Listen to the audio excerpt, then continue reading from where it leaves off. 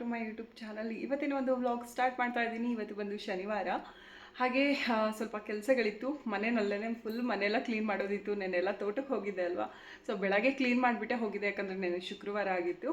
ಮನೆಯೆಲ್ಲ ಕ್ಲೀನ್ ಮಾಡಿಬಿಟ್ಟು ಹೋಗಿ ಮತ್ತು ಸಾಯಂಕಾಲ ಬಂದು ದೀಪ ಹಚ್ಚಿದೆ. ಹಾಗೆ ವೀಡಿಯೋನ ಮಾಡೋದಕ್ಕೆ ಆಗಲಿಲ್ಲ. ನೆನ್ನೆ ಕೆಲಸಗಳು ಸಾಗೋದಿಲ್ಲ ವೀಡಿಯೋ ಮಾಡ್ಕೊಳ್ತಾ ಮಾಡ್ತಾ ಹೋದರೆ. ಸೊ ಹಾಗೆ ಮನೆಯವರು ಕೂಡ ಇರಲಿಲ್ಲ ವೀಡಿಯೋ ಮಾಡೋದಕ್ಕೆ ಅಂತ ಹೇಳ್ಬಿಟ್ಟು, ಅದಕ್ಕೋಸ್ಕರ ನೆನ್ನೆ ವ್ಲಾಗ್ ಮಾಡೋದಕ್ಕಾಗಲಿಲ್ಲ. ಸೊ ಇವತ್ತು ಸ್ಟಾರ್ಟ್ ಮಾಡ್ತಾ ಇದ್ದೀನಿ. ಹೊಸದಾಗಿ ವ್ಲಾಗ್ ನೋಡ್ತಾ ಇರೋರು ದಯವಿಟ್ಟು ಸಬ್ಸ್ಕ್ರೈಬ್ ಮಾಡ್ಕೊಳ್ಳಿ, ಪಕ್ಕದಲ್ಲಿ ಕಾಣೋದು ಬೆಲ್ ಐಕಾನ್ನ ಪ್ರೆಸ್ ಮಾಡ್ಕೊಳ್ಳಿ. ಯಾಕೆ ಅಂತ ನಿಮಗೆ ಗೊತ್ತಿರುತ್ತೆ, ನೋಟಿಫಿಕೇಶನ್ ಬರುತ್ತೆ, ಅದಕ್ಕೋಸ್ಕರ. ಓಕೆ, ಕೊನೆಯವರೆಗೂ ವ್ಲಾಗ್ ನೋಡಿ. ಇವತ್ತಿನ ದಿನ ಹೇಗಿರುತ್ತೆ, ಹೇಗೆ ಹೋಗುತ್ತೆ ನೋಡೋಣ. ಹಾಗೆ ಮನೇಲಿ ಯಾರೂ ಇರಲಿಲ್ಲ, ಎಲ್ಲ ಕೆಲಸನೂ ಮುಗಿಸ್ಕೊಂಡಿದ್ದೀನಿ. ಇವಾಗ ಅಡುಗೆ ಮಾಡಬೇಕು. ಸಾಂಬಾರು ಮಾಡಿಬಿಟ್ಟು ತೋಟಕ್ಕೆ ಹೋಗಬೇಕು. ಅಲ್ಲಿ ಕೆಲಸ ಮಾಡ್ತಾ ಇದ್ದಾರೆ ಲೇಬರು, ಮನೆಯವರಿಲ್ಲ ಇವತ್ತು. ಸೊ ನಾನೇ ಅಲ್ಲಿ ನಿಂತ್ಕೊಂಡು ಎಲ್ಲ ನೋಡ್ಕೊಬೇಕು. ಅದಕ್ಕೋಸ್ಕರ, ಇಲ್ಲಾಂದರೆ ಸುಮ್ಮನೆ ಟೈಮ್ ವೇಸ್ಟ್ ಮಾಡಿಬಿಡ್ತಾರೆ ಸುಮ್ಮನೆ ಕೂತ್ಕೊಂಡು. ಅದಕ್ಕೆ ಇವತ್ತು ಅಲ್ಲಿಗೆ ಹೋಗಬೇಕು. ಇವಾಗ ಅಡುಗೆ ಮಾಡಿಬಿಟ್ಟು ಹೋಗ್ತೀನಿ. ಅಲ್ಲಿಗೆ ಹೋದ್ಮೇಲೆ ಅಲ್ಲೂ ಕೂಡ ನಾವು ಗೊಬ್ಬರ ಎಲ್ಲ ಹೆಂಗೆ ಹಾಕಿದ್ವಿ ತೋರಿಸ್ತೀನಿ. ಸೊ ನೆನ್ನೆ ವ್ಲಾಗ್ ಮಾಡೋದಕ್ಕಾಗಲಿಲ್ಲ ಅಲ್ವಾ, ಅದಕ್ಕೋಸ್ಕರ. ಸೊ ಬನ್ನಿ ಇವತ್ತಿನ ಒಂದು ವ್ಲಾಗ್ ಸ್ಟಾರ್ಟ್ ಮಾಡೋಣ. Hi friends. ಸೊ ಮನೆ ಕ್ಲೀನಿಂಗ್ ಆಗಿರ್ಬೋದು, ವರಮಹಾಲಕ್ಷ್ಮಿ ಹಬ್ಬಕ್ಕೆ ಶಾಪಿಂಗ್ ಆಗಿರ್ಬೋದು, ಎಲ್ಲರೂ ಕೂಡ ಹೇಗೆ ಮಾಡ್ಕೊಂಡಿದ್ದೀರಾ ನನಗೆ ಕಮೆಂಟ್ ಮಾಡಿ ತಿಳಿಸಿ. ನಾನಿನ್ನು ಯಾವುದೂ ಕೂಡ ಸ್ಟಾರ್ಟ್ ಮಾಡ್ಕೊಂಡಿಲ್ಲ.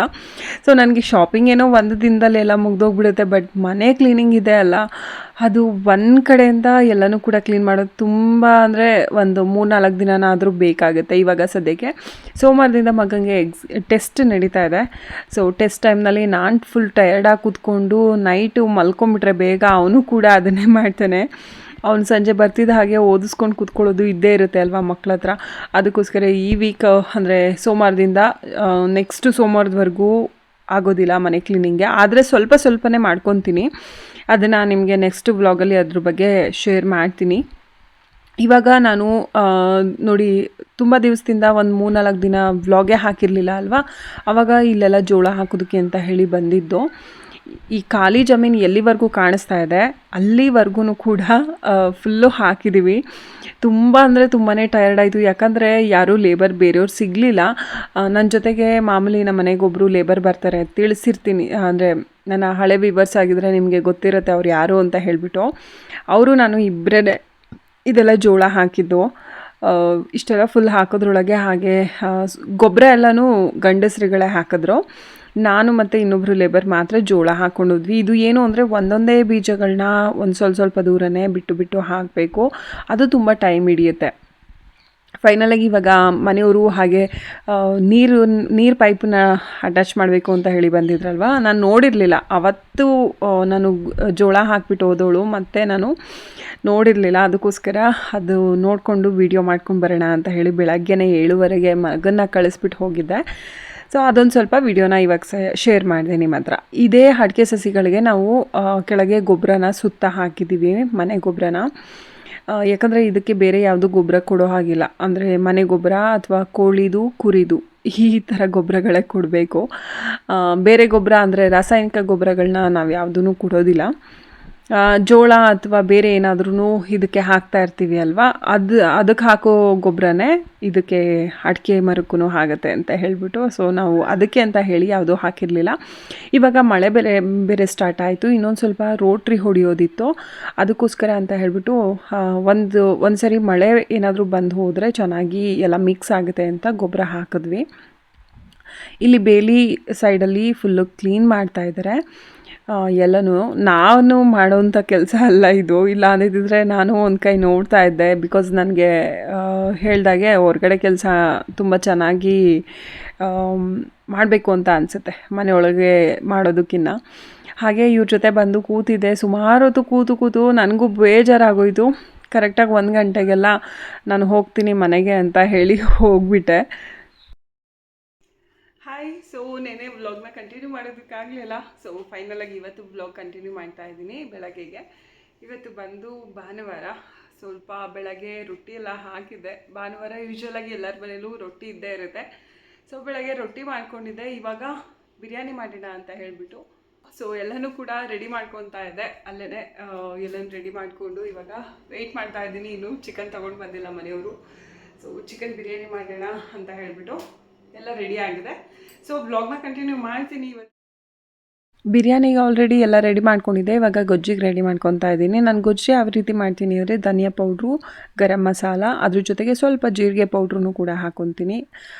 ಮತ್ತು ಖಾರಕ್ಕೆ ಖಾರದ ಪುಡಿ. ನಾನು ಈ ಥರ ಡ್ರೈ ಅಂದರೆ ಪೌಡ್ರುಗಳನ್ನ ಹಾಕ್ಕೊಂಡು ಮಿಕ್ಸ್ ಮಾಡಿ ಇಟ್ಬಿಟ್ಟು ಮಾಡ್ತೀನಿ. ಯಾವ ರೀತಿ ಅಂತ ನೀವು ನೋಡ್ತಾ ಇದ್ದೀರಾ ಅಲ್ವಾ. ಮತ್ತು ಶುಂಠಿ ಬೆಳ್ಳುಳ್ಳಿ ಪೇಸ್ಟ್ ಒಂದು ಸ್ವಲ್ಪ ಹಾಕ್ಕೊಂಡಿದ್ದೀನಿ.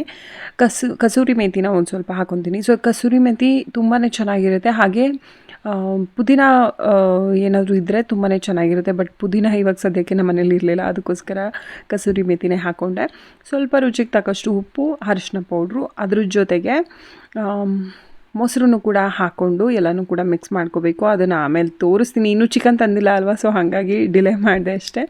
ಹಾಗೆ ಒಂದು ಹಳೇದೊಂದು ಫ್ಲವರ್ ಇತ್ತು ಮನೆಯಲ್ಲಿ ಆರ್ಟಿಫಿಷಿಯಲ್ದು, ಅದನ್ನೇ ಹಾಕಿಟ್ಟೆ. ಸುಮ್ಮನೆ ಬೋಳ ಥರ ಕಾಣಿಸ್ತಾ ಇತ್ತು ಅಂತ ಹೇಳಿಬಿಟ್ಟು ಅದು ಯಾವುದನ್ನು ಕೂಡ ಕ್ಲೀನ್ ಮಾಡಿಲ್ಲ. ಅದೆಲ್ಲನೂ ಕ್ಲೀನ್ ಮಾಡಿಟ್ರೆ ಇನ್ನೂ ಡಾರ್ಕಾಗಿ ಚೆನ್ನಾಗಿ ಕಾಣುತ್ತೆ. ಸೊ ಅದೆಲ್ಲ ಮುಗಿಸ್ಕೊಂಡು ಮನೆಯೆಲ್ಲ ಫುಲ್ ಕ್ಲೀನಿಂಗ್ ಆಗೋಗಿದೆ ಅಲ್ವಾ. ಇವಾಗ ಮಗಂಗೆ ಆಲ್ರೆಡಿ 1:15 ಆಗಿದೆ ಟೈಮು, 1:15 ಏನೋ ಆಗಿತ್ತು. ಸೊ ಅವನಿಗೆ ಚಳಿಗಂತೂ ಇವಾಗ ನಮಗೆ ತುಂಬಾ ಹೊಟ್ಟೆ ಹಸಿವಾಗ್ತಾ ಇರುತ್ತೆ. ಅವನು ಬೆಳಗ್ಗೆಯಿಂದ ಓದ್ಕೊಂಡೇ ಕೂತ್ಕೊಂಡಿದ್ದ. ಹಾಗೆ ಅವನು ಪೇಪರ್ಗಳು ಸುಮ್ಮನೆ ವೇಸ್ಟ್ ಆಗುತ್ತೆ ಅಂತ ಹೇಳಿ ಬೋರ್ಡಲ್ಲಿ ಬರೆದು ಅಭ್ಯಾಸನ ಮಾಡ್ತಾನೆ. ಅವನೇ ಅದನ್ನು ಕಂಡಿಡ್ಕೊಂಡಿರೋದು. ನಾನು ಪೇಪರ್ನಲ್ಲಿ ಬರ್ಕೋ ಅಂತ ಹೇಳ್ತೀನಿ, ಅಂದರೆ ಯಾವುದಾದ್ರೂ ಉಳ್ಕೊಂಡಿರುತ್ತೆ ಅಲ್ವಾ ನೋಟ್ಸಿಂದು. ಸೊ ಆ ಪೇಜಸಲ್ಲಿ ಬರೆದು ಅಭ್ಯಾಸ ಮಾಡು ಅಂತ ಹೇಳ್ತೀನಿ. ಡಸ್ಟು ಜಾಸ್ತಿ ಬರುತ್ತೆ ಅಂತ ಹೇಳ್ಬಿಟ್ಟು. ಬಟ್ ಅವನು ಸುಮ್ಮನೆ ವೇಸ್ಟ್ ಆಗುತ್ತೆ ಅಮ್ಮ, ಯಾವ್ದಕ್ಕಾದ್ರೂ ಯೂಸ್ ಆಗುತ್ತೆ ಅದು, ನಾನು ಬೋರ್ಡ್ ಮೇಲೆ ಬರೆದು ಅಭ್ಯಾಸ ಮಾಡ್ತೀನಿ ಅಂತ. ನಿಂತ್ಕೊಂಡೇ ಬರೀಬೇಕು ಬೋರ್ಡಲ್ಲಾದರೆ. ಸೊ ನಿಂತ್ಕೊಂಡು ಬರೆದು ಅವನಿಗೆ ಕೈ ಮತ್ತು ಕಾಲು ಎರಡೂ ಕೂಡ ಪೇಯ್ನ್ ಬರೋದಕ್ಕೆ ಸ್ಟಾರ್ಟ್ ಆಯಿತು. ಹೊಟ್ಟೆ ಹಸಿವಾಗ್ತಾ ಇದೆ ನನಗೆ ಅಂತ ಒಳಗಡೆಗೂ ಆಚೆಗೂ ಓಡಾಡಿದ್ದು. ಇವಾಗ ಆಷಾಢ, ಹಾಗೆ ಥಂಡಿ ಬೇರೆ ಇವತ್ತು ಜಿಡಿ ಹಿಡ್ದಿದೆ ಅಂತಲೂ ಕೂಡ ಹೇಳಿದೆ ಅಲ್ವಾ. ಅದಕ್ಕೋಸ್ಕರ ಅಂತ ಹೇಳಿಬಿಟ್ಟು ಬೇಗನೆ ಮಾಡೋಣ ಬಿರಿಯಾನಿನಾದರೂ, ಸಂಜೆಗೆ ಗೊಜ್ಜು ತಿಂತೀವಿ ಅಲ್ವಾ. ಸೊ ಅವ್ನಿಗೇನು ಅಂದರೆ ಬಿರಿಯಾನಿ ಜೊತೆ ಗೊಜ್ಜು ಇರಬೇಕು, ಇಲ್ಲಾಂದರೆ ಬಿರಿಯಾನಿ ತುಂಬಾ ಟೇಸ್ಟಿಯಾಗಿರಬೇಕು.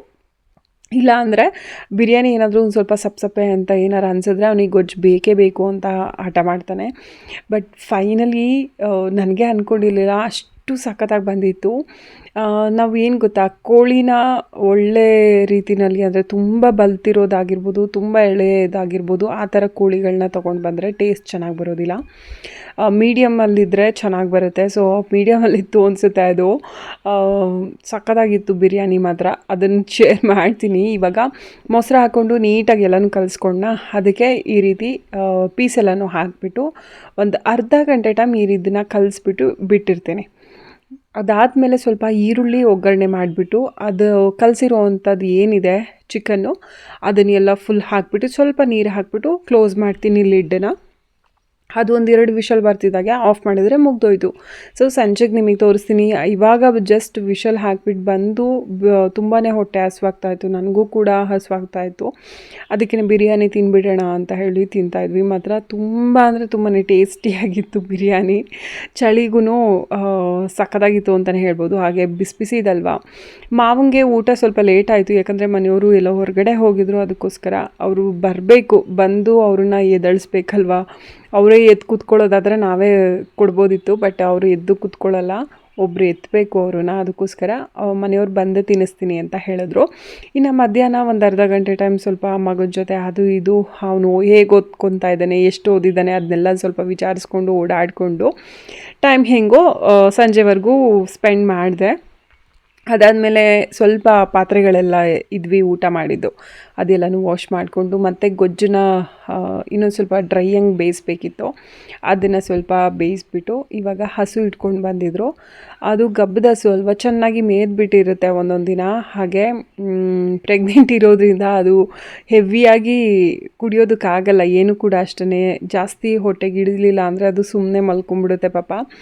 ಇವಾಗ ನಾನು ಕೂಡ ಸುಮಾರು ಹೊತ್ತು ನಿಂತ್ಕೊಂಡೆ, ಅದು ಕುಡಿಲೇ ಇಲ್ಲ. ಒಂಚೂರು ಕುಡಿಯುತ್ತೆ, ನಿಂತ್ಕೊಳ್ಳುತ್ತೆ, ಸುಮ್ಮನೆ ಉಸಿರು ಜೋರಾಗಿ ಬಿಡ್ತಿತ್ತು. ಅದಕ್ಕೇ ಬೇಡ ಅಂತ ಹೇಳಿಬಿಟ್ಟು ತಗೊಂಡು ಒಳಗಡೆಗಿಟ್ಟೆ ಇನ್ನೊಂದು ಸಲ ಯಾವಾಗಲಾದ್ರು ಕೂಡ್ಸೋಣ ಅಂತ ಹೇಳಿಬಿಟ್ಟು. ಇಲ್ಲಿ ಸ್ವಲ್ಪ ಗಲೀಜಾಗಿತ್ತು. ಸೋನೆ ಬೇರೆ ಜಿಡಿ ಸ್ಟಾರ್ಟ್ ಆಗಿಬಿಟ್ಟಿದೆ, ಸಂಜೆ ಜಿಡಿ. ಹಸು ಗಬ್ದಸು ಅಲ್ವಾ, ಅದಕ್ಕೋಸ್ಕರ ಒಳಗಡೆ ಕಟ್ಟೋಣ ಅಂತ ಹೇಳಿಬಿಟ್ಟು ಇವಾಗ ಕಸ ಎಲ್ಲನೂ ನೀಟಾಗಿ ಸೈಡಿಗೆ ಗುಡಿಸ್ಕೊತಾ ಇದ್ದೀನಿ. ಅಂದರೆ ಬೆಳಗ್ಗೆಯಿಂದ ಅಷ್ಟೊಂದೇನು ಜಿಡಿ ಇರಲಿಲ್ಲ, ಬರ್ತಿತ್ತು ಮತ್ತು ಗಾಳಿ ಬೀಸ್ಕೊತಿತ್ತು ಹೋಗ್ತಿತ್ತು. ಬಟ್ ಇವಾಗ ಸಂಜೆ ಮೇಲೆ ಗಾಳಿ ನಿಂತಿದೆ, ಜಿಡಿ ಜೋರಾಗಿ ಸ್ಟಾರ್ಟ್ ಆಗಿಬಿಡ್ತು. ಸೊ ಹಾಗಾಗಿ ಸ್ವಲ್ಪ ಎಲ್ಲನೂ ಕ್ಲೀನ್ ಮಾಡಿದೆ. ಅದನ್ನು ಟಗರುಗಳನ್ನೆಲ್ಲನೂ ಈ ಸೈಡ್ ಕಟ್ತಾರೆ ಮತ್ತು ಟಗರು ಇರೋ ಸೈಡಲ್ಲಿ ಹಸುನ ಕಟ್ತಾರೆ. ಸೊ ಓಕೆ ಫ್ರೆಂಡ್ಸ್, ಇವತ್ತಿನ ಒಂದು ವ್ಲಾಗ್ ನಿಮಗೆ ಹೇಗೆ ಅನ್ನಿಸ್ತು ನನಗೆ ಕಮೆಂಟ್ ಮಾಡಿ ತಿಳಿಸಿ. ಮತ್ತು ಮುಂದಿನ ವ್ಲಾಗಲ್ಲಿ ಸಿಗೋಣ. ಓಕೆ, ನೀವೆಲ್ಲ ಹೇಗೆಲ್ಲ ಹಬ್ಬಕ್ಕೆ ಪ್ರಿಪ್ರೇಷನ್ ನಡೆಸ್ತಾ ಇದ್ದೀರಾ ಅದನ್ನು ನನಗೆ ಕಮೆಂಟ್ ಮಾಡಿ ತಿಳಿಸಿ. ಮತ್ತು ಮುಂದಿನ ವ್ಲಾಗಲ್ಲಿ ಸಿಗೋಣ.